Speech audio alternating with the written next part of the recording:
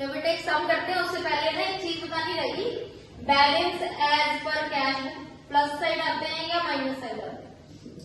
Balance as per cash book debit होता है और एक क्रेडिट दे रखा होता है। Balance as per cash book में पता है कि कैश बुक का बैलेंस दे रखा, तो चेंज किसमें करना है? कैश बुक में।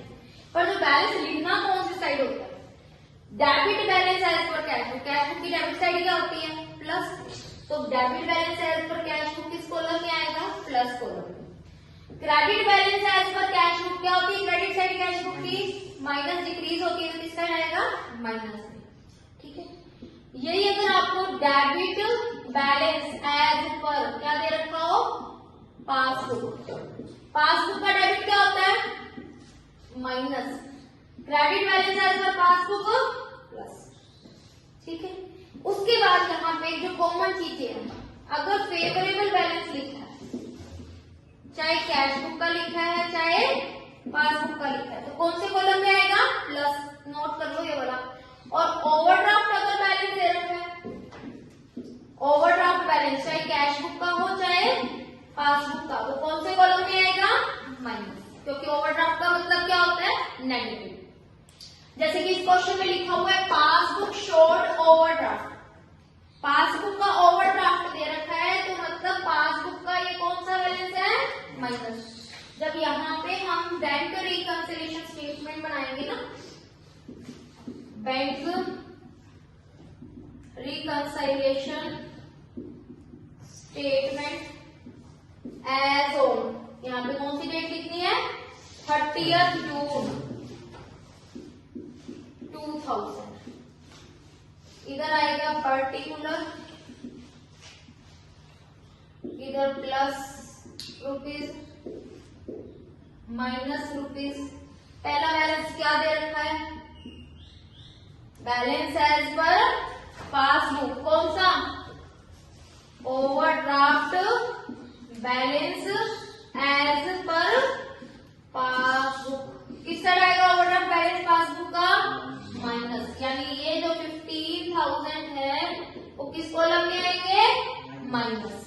अगर ये डेबिट बैलेंस पासबुक होता तो डेबिट वाला भी किसमें लिखते हैं? माइनस में, पासबुक का। अगर एक क्रेडिट बैलेंस होता पासबुक का, किसमें लिखते हैं? प्लस। डेबिट क्रेडिट तो वही सेम है, कैश बुक का डेबिट हम क्या करते हैं? प्लस, क्रेडिट क्या करते हैं? माइनस। मैंने बताया था क्योंकि ये एसेट्स है इसके अकॉर्डिंग, और यहाँ पासबुक के लिए लायबिलिटी है, इसलिए पासबुक का क्रेडिट क्या होता है? प्लस, और डेबिट क्या होता है? माइनस।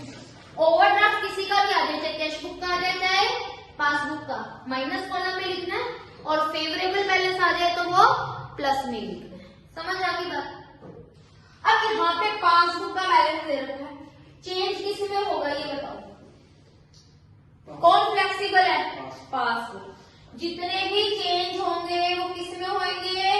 पासबुक में। कैश बुक डीट है, ये चेंज नहीं करेगी, जो ये करेगी उसके अकॉर्डिंग पासबुक को बदलना पड़ेगा। ठीक है, हाँ जी। पासबुक का बैलेंस दे रखा है तो डीट कौन है? Cash book. पासबुक को बदलना है। ठीक है, कितना क्लियर है? हाँ जी। कुछ भी बैंक के चार्जेस आ गए, फिर रिकॉल करवा रही हूँ, बैंक चार्जेस आ गए, ट्रस्ट क्रेडिट आ गए, ट्रस्ट डेबिट आ गए, डायरेक्टली वो कस्टमर बैंक में डिपॉजिट करा गया, डायरेक्टली बैंक ने कुछ पेमेंट कर दी, तो उसकी ट्रांजेक्शन पहले किसको पता लगती है? पासबुक को। ठीक है, जो लिखा है किसको नहीं पता लगा तब बात अलग है, अदरवाइज पहले किसको पता लगेगी? पासबुक को। समझ आ गई? जो कुछ इश्यू करा रहे हैं, कुछ डिपॉजिट करा रहे हैं, उसकी पहले इन्फॉर्मेशन किसको पता लगेगी? कैश बुक को।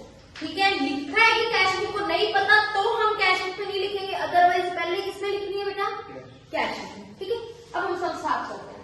पहला, cheque book ₹200 was deposit. Deposit की पहली इन्फॉर्मेशन किसको पता लगती है? कैश बुक में। किसको पता लगती है? डिपॉजिट की, इश्यू की, बैंक में कलेक्शन भेजने की, किसको पता लगती है? बट अगर लिखा है कि कैश बुक को नहीं पता, फिर हमने नहीं लिखी। इस समय ऑलमोस्ट सारे पॉइंट क्लियर होंगे। क्या लिखा है? बट नोट रिकॉर्डेड इन, यहाँ लिख दिया कि कैश बुक को नहीं पता, तो हमने कैश बुक में नहीं लिखना, अदरवाइज इसकी 200 रुपए की अमाउंट कौन लिखता पहले? कैश। समझ आएगा?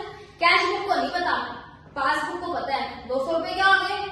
डिपॉजिट। डिपॉजिट के लिए क्या होती है हर बार अमाउंट? Increase up. पेमेंट के टाइम डाउन, चाहे ये वाली साइड है चाहे ये वाली साइड है, काम सेम ही करना है। डिपॉजिट के टाइम अप, पेमेंट के टाइम डाउन, ठीक है।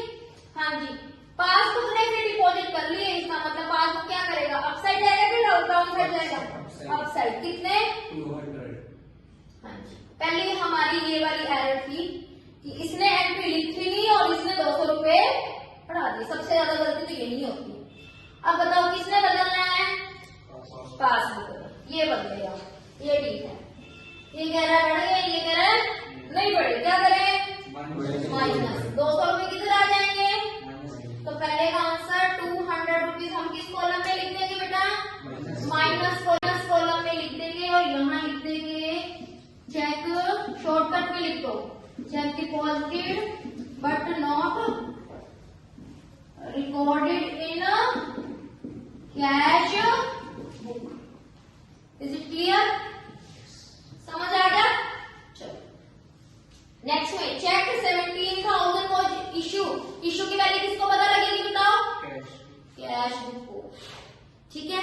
कैश बुक कब रिकॉर्ड नहीं करता है, जो लास्ट लाइन में लिख देना कैश बुक का रिकॉर्ड नहीं है, तब नहीं करनी, नहीं तो पहले किसने करनी है, कैश बुक ने करनी है। देखो लास्ट में कहीं लिखा है, जैसे यहाँ पे लिखा, यहाँ लिखा है, नहीं लिखा ना, तो पहले 17,000 की जो 17,000 की ट्रांजेक्शन है वो कौन रिकॉर्ड करेगा, कैश बुक। इश्यू के टाइम क्या होगा, एरो डाउन साइड, कितना डाउन चला गया, ये कितना बोल रहा है 17,000, ठीक है। अब यहाँ लिखा है but cheque of 10,000 only presented for payment up to 30th June. 30 जून को हम क्रॉस चैली करें, जून के मंथ का हिसाब किताब रख रहे हैं, जून मंथ तक पासबुक ने कितनी पेमेंट रिकॉर्ड की है, बताओ जून मंथ तक कितनी रिकॉर्ड की है पासबुक ने पेमेंट, 10,000। तो इसका एरो कितना डाउन जा रहा है, ओनली। पहले तो हमें जो क्वेश्चन में बोला वो लिखना है, ठीक है। अब कौन चेंज होएगा बताओ, किसका बैलेंस है, सारी चेंजेस कौन करेगा, पासबुक, ठीक है जी। हाँ जी, ये तो बदलेगा नहीं, क्या करेंगे अब इसको, इसके बराबर आने के लिए क्या है, 17,000 कम हो गए, -7,000, इसको और नीचे जाना पड़ेगा, बराबर करने के लिए डाउन वाला है तो और डाउन करना पड़ेगा, इंक्रीज वाला है तो उसको और इंक्रीज, उसके बराबर करने के लिए। बराबर मतलब उसने ज्यादा डिक्रीज किया हुआ है, इसने क्या किया हुआ, ज्यादा डिक्रीज किया, उसने कम डिक्रीज किया हुआ है, डिक्रीज और करना है इसको डाउन साइड, इसने इंक्रीज ज्यादा किया हुआ, इसने कम इंक्रीज किया हुआ, तो इसको भी ऊपर साइड करना है, ठीक है। तो कितने हो गए 7,000 माइनस, तो 7,000 किस कॉलम में लिख देंगे, माइनस। यहाँ मैं स्टेटमेंट लिख रही हूँ, check issued but not recorded in passbook, shortcut में लिख दिया, ठीक है, जैसे मर्जी लिख लो। नेक्स्ट ट्रांजेक्शन बोलना जरा, cheque of 2,000 was received and recorded in cash book. हाँ जी, किसकी बुक में एंट्री है, कैश बुक ने की है कि पासबुक ने की है, एरो अपर साइड जाएगा कि लोअर साइड, अपर साइड। ये बोल रहा है कि 2,000 आ रहा, हाँ जी। Bank note send to bank, तो इसमें कोई एंट्री, कौन चेंज होएगा, क्या करेंगे, यस वेरी गुड, ये इंक्रीज हो गया तो इसको भी इंक्रीज करना पड़ेगा, 2,000 प्लस कॉलम में, मैं ये डिटेल नहीं लिख रही, सम कंप्लीट कर लूंगी, एज इट इज लिखना, ठीक है, शॉर्टकट में करके लिख दो।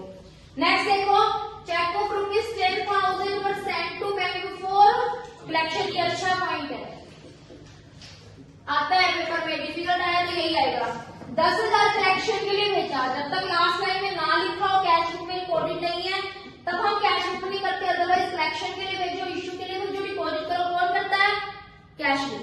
यहाँ लिखा नहीं, देखो लास्ट में कैश बुक में रिकॉर्डेड नहीं है, तो इसकी एंट्री पहले किसकी होगी, क्या बोलेगी, कैश बुक इंक्रीज होगा कि डिक्रीज, अपर साइड जाएगा कि डाउन जाएगा, कितना। अब जून के मंथ में पासबुक में किसकी एंट्री होगी, यहाँ पे ये पॉइंट है, इन्होंने बोला cheque of ₹2,000 and 1,000 credited on 8 July and 10 July, मतलब बैंक का क्रेडिट क्या होता है, इंक्रीज, मतलब ने 2,000 जमा की, 1,000 इंक्रीज किया, पर कब किया, जुलाई में, एक 8 जुलाई को किया रहेगा, जून के मंथ में तो नहीं हुई ना, तो जून के मंथ में rest cheque was credited before, और ना भी लिखा तो ये जूम करके चलते हैं क्वेश्चन में कि बाकी आपके जून के मंथ में होगी। तो जून के मंथ में 10 में से 3 नहीं हुए ना, कितने हुए? चेंज किससे करना है? पासबुक ने। क्या करेगी पासबुक? 3000 क्या कर देगी? प्लस 3000 और अपर साइड चल जाएगी। 3000 किस कॉलम में आ जाएंगे? प्लस। समझ आ गई? ठीक है। Next bank paid. अब बैंक ने पे किया, अगर लिखा है बैंक में एंट्री नहीं है तो नहीं लिखेंगे, नहीं तो ये वाली एंट्री पहले किसको आएगी? पासबुक। बताओ, कुछ लिखा है बैंक ने पेमेंट नहीं की, लास्ट में लिखा है बैंक में रिकॉर्ड नहीं है, तो कौन करेगा ये? पासबुक। पासबुक में क्या आएगा? डिक्रीज होगा कि इंक्रीज? डिक्रीज। 300 यहाँ एंट्री नहीं है, इसमें चेंज होना है। अब इसने इसके बराबर लाना है, कैंसिल करना है मतलब। तो ये क्या है? कैंसिल करने के लिए क्या करना पड़ता है? रिवर्स करना पड़ता है। डिक्रीज वाला इंक्रीज और इंक्रीज वाला डिक्रीज। ठीक है। तो यहाँ पे क्या करेंगे? प्लस 300। 300 किस कॉलम में आ जाएंगे? Plus column. Next bank charges. Again bank charges and interest on overdraft. कुछ नहीं लिखा होगा तो ये पहले किसमें आएगी? Passbook. Which was not recorded in cash book. Cash book में तो रिकॉर्ड है ही नहीं। किसमें बैंक डिक्रीज हुआ है? 800। क्या करेंगे? इसके बराबर है, चेंज पासबुक में करना है, इसके इक्वल आना है। क्या करना पड़ेगा इसको? प्लस। Very good. हाँ जी। Next ₹40 bank charges recorded twice in the cash book. Twice मैंने 2 बार। माइनस में क्या? इसने कितनी बार किया होगा? इसने इसके बराबर लाना है। क्या करना पड़ेगा? Minus 40 rupees. क्या कर देगी ये? माइनस। क्लियर? लास्ट पॉइंट, ये सबसे अलग पॉइंट है, ये भी डिफिकल्ट में ऐड है।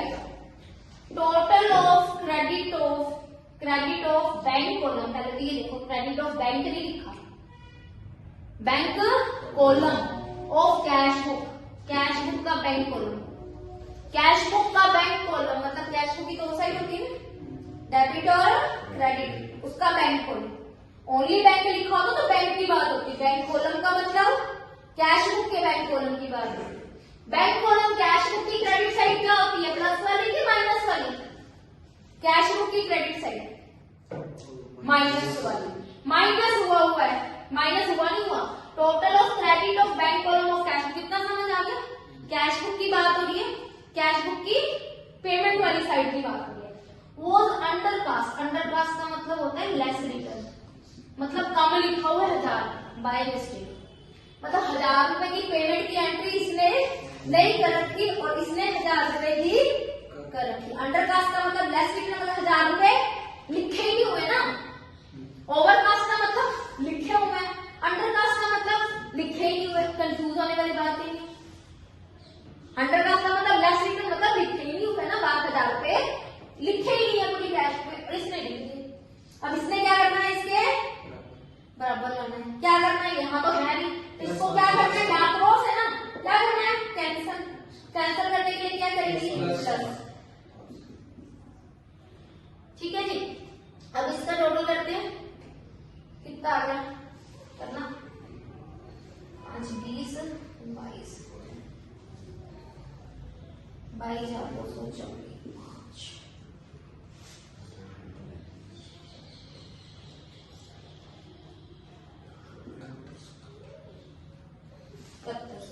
ठीक है। ऐसे टोटल करने में ये मैंने पॉइंट्स के लिखी थी डिटेल, ये सारी डिटेल आ जाएगी। जो डिफरेंस आएगा कितना आया देखना, कैलकुलेट करना। अब यहाँ पे जो डिफरेंस आएगा उसके लिए क्या लिखेंगे हम? ये ऊपर बैलेंस पासबुक का दे रखा था, जो आएगा डिफरेंस उसको क्या बोलेंगे? Balance as per cash book. ठीक है। कैश बुक के इक्वल आ गया। कितनी अमाउंट आई बताओ? 4860। देखो नहीं की ज्यादा है, 22,240 में से 7,100 लेस करना है सिर्फ।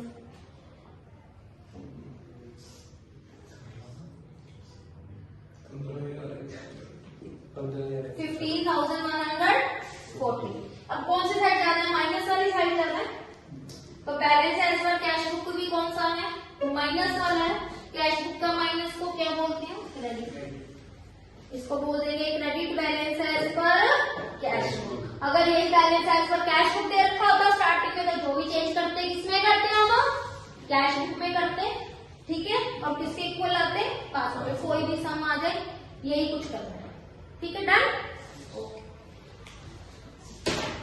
Audio Jungle.